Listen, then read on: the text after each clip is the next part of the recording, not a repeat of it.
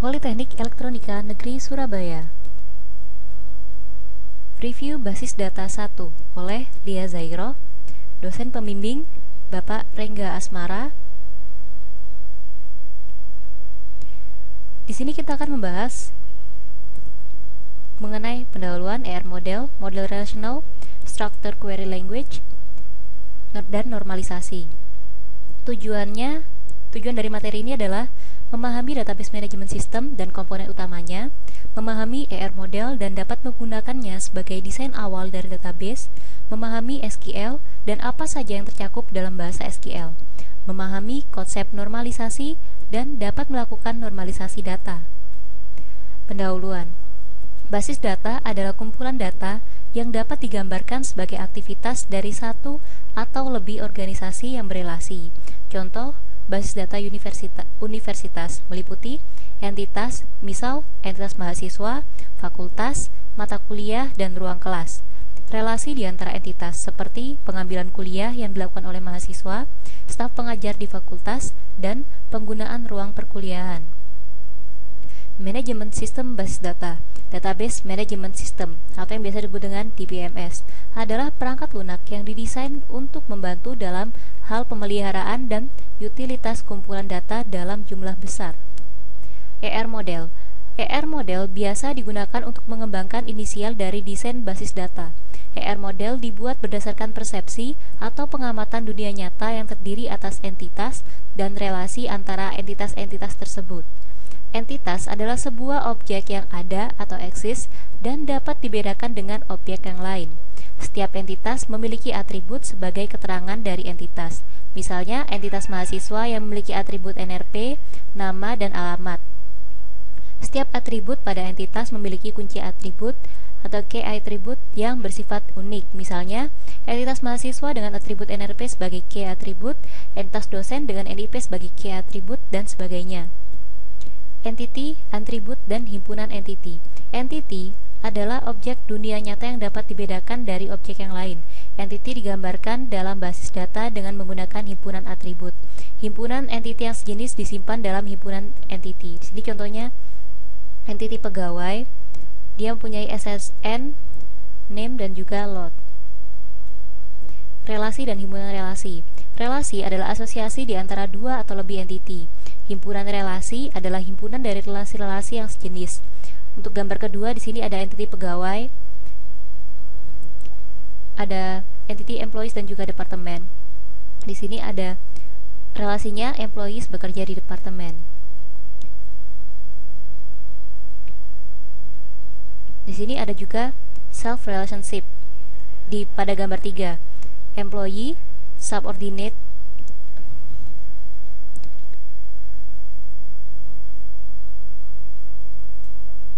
kemudian batasan fitur model untuk ER model, batasan kunci, key constraint. Ada contohnya di sini pada gambar 4 adalah contoh dari key constraint antar entity. Jadi untuk employees dia memiliki yang menjadi key constraint-nya adalah SSN, dan juga departemen yang jadi key constraint-nya adalah departemen ID, DID. Kemudian gambar 5 di sini terdapat macam-macam key constraint. One to one to many to one, dan many to many. Batasan partisipasi, participation constraint. Apakah setiap departemen mempunyai seorang manajer? Jika semua departemen pasti mempunyai manajer, maka partisipasi departemen dalam manage dapat dikatakan total. Sebaliknya, jika tidak semua departemen memiliki manajer, maka partisipasinya adalah parsial. Entity lemah. Entity lemah dapat diidentifikasi secara unik jika terdapat peran kunci utama atau primary key yang berasal dari atau dimiliki oleh entity yang lain, owner. Di sini ada contoh dari entity lemah.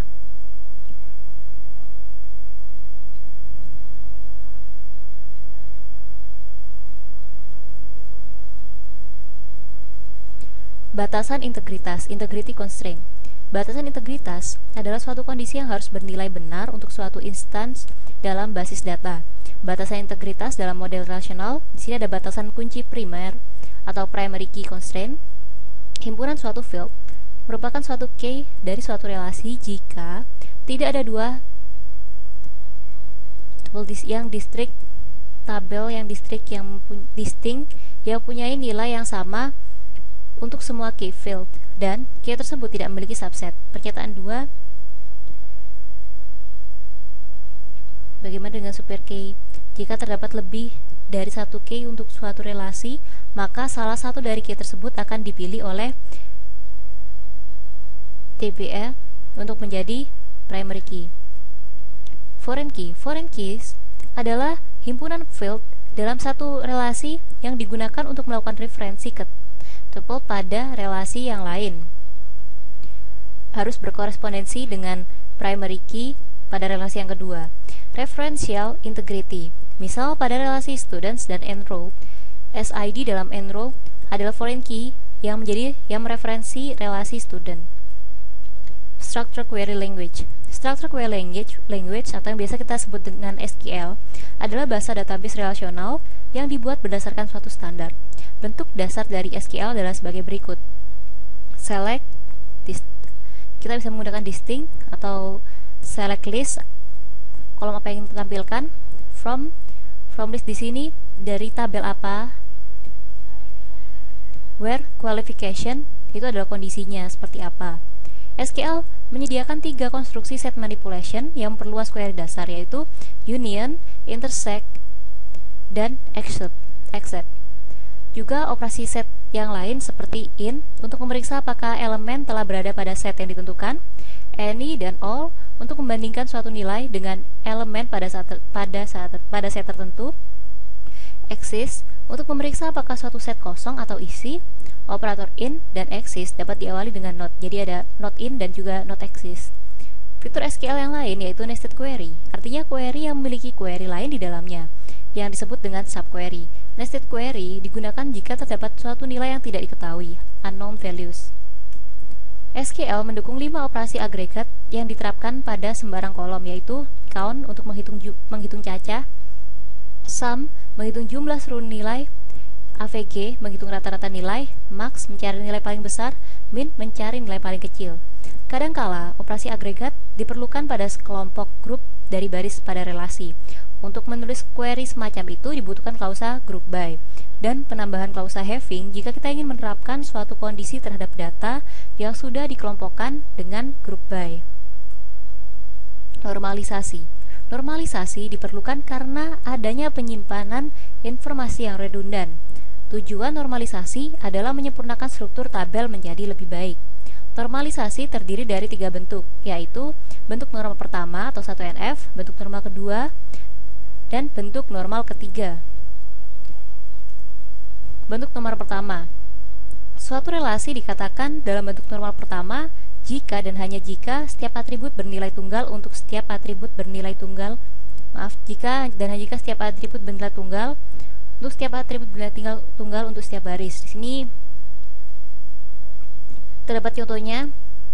Pada tabel 1 di sini terdapat contoh suatu relasi sebelum bentuk normal pertama. Contohnya di tabel 1. Maka di sini akan terjadi seperti ini. Untuk nama Endang Cipermana, dia memiliki ada lebih dari satu hobi. NIP ski 10113024 memiliki 2 hobi, dan jika seperti ini maka masih belum dalam bentuk normal pertama, dan yang sudah dalam bentuk normal pertamanya adalah seperti ini. Maka setiap NIP yang menjadi primary key dia memiliki nama dan juga hobi. Suatu relasi bentuk normal kedua. Suatu relasi dikatakan dalam bentuk normal kedua jika berada dalam normal pertama dan setiap atribut bukan kunci memiliki ketergantungan sepenuhnya terhadap kunci primer. Contohnya, ini yang sebelum bentuk normal kedua. Dia sudah memenuhi bentuk normal pertama. Yang ini pada tabel 4 ini adalah yang sudah dalam bentuk normal kedua.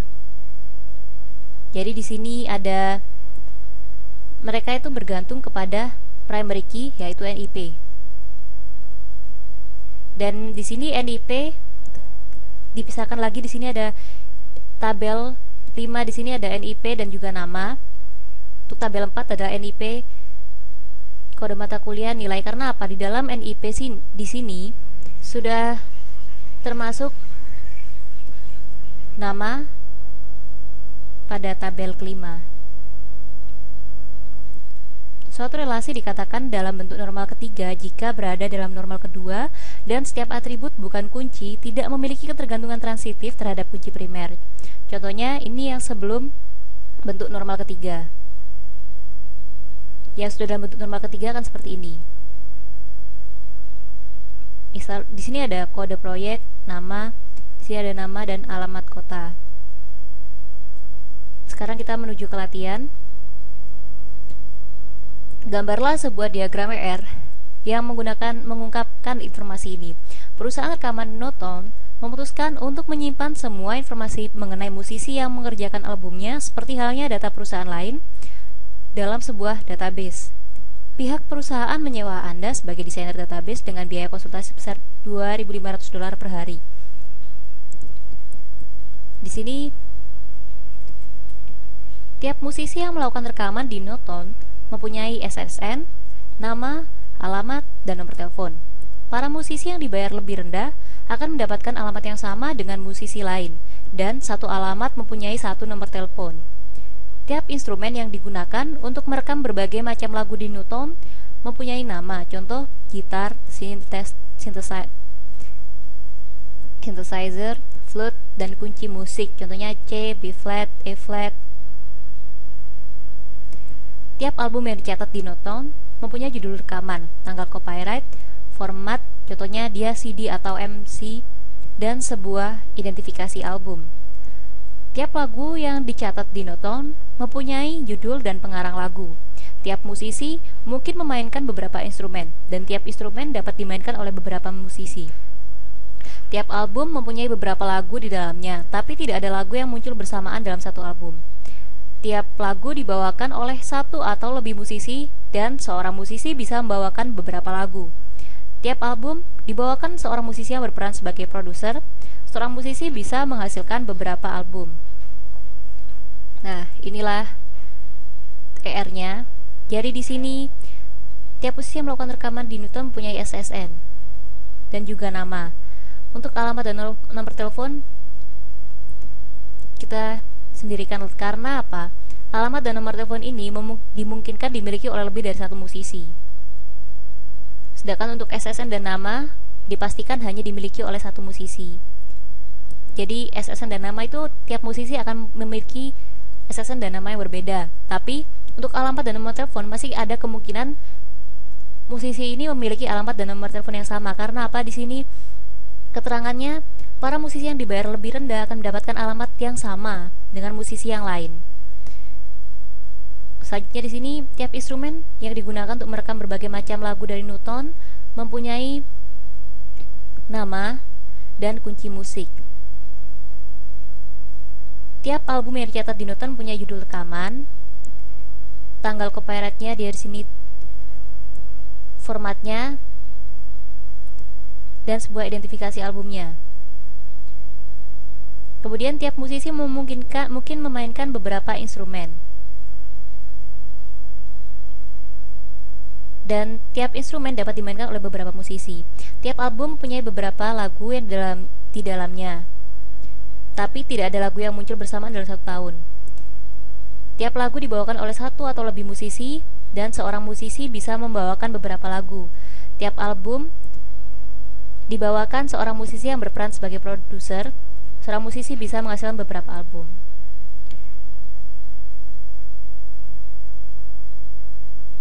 Selanjutnya untuk nomor 2 di sini kita diberikan skema relasional.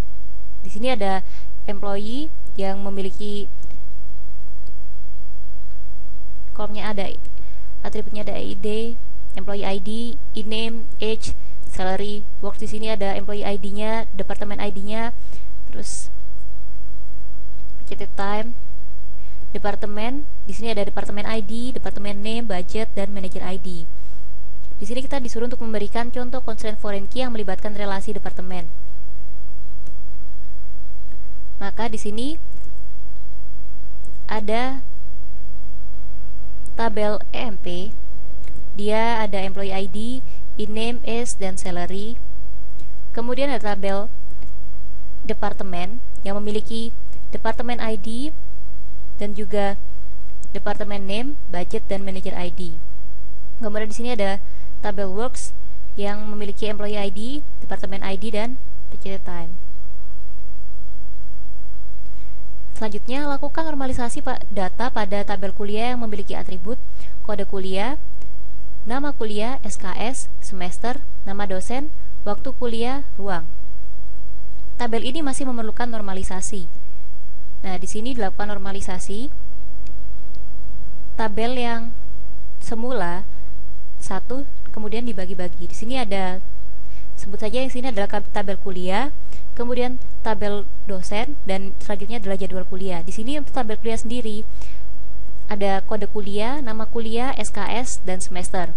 Untuk dosen ada kode dosen dan nama dosen. Untuk jadwal kuliah di sini ditampilkan kode kuliah dan juga kode dosen yang memiliki informasi tentang nama untuk kode kuliah memiliki informasi nama kuliah, SKS, semester. Untuk kode dosen memiliki informasi kode dosen dan nama dosen.